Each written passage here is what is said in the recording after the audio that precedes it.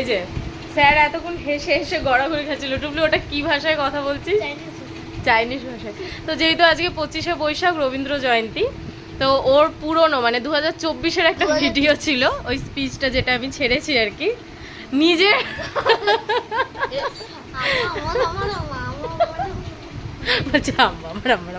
যাই হোক, বলছে আমি কি বলছি, আমি যে কেন নিজের কথা নিজেই বুঝতে পারছিস না, এত স্পিডে কথা বলছে। আমিও ভিডিওর মধ্যে এখানে বলছি টুলু আস্তে বল আস্তে বল। বুঝতে পেরেছিস তুই কি বলেছিস না বলেছিস? মনে আছে স্পিচটা? হাসি পেল?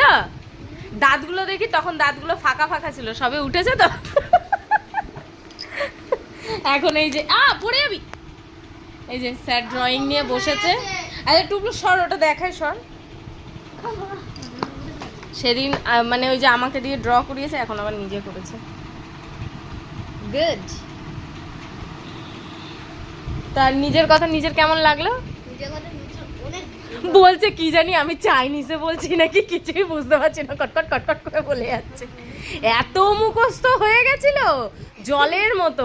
বাবা রে বাবা। না বাবা যাই।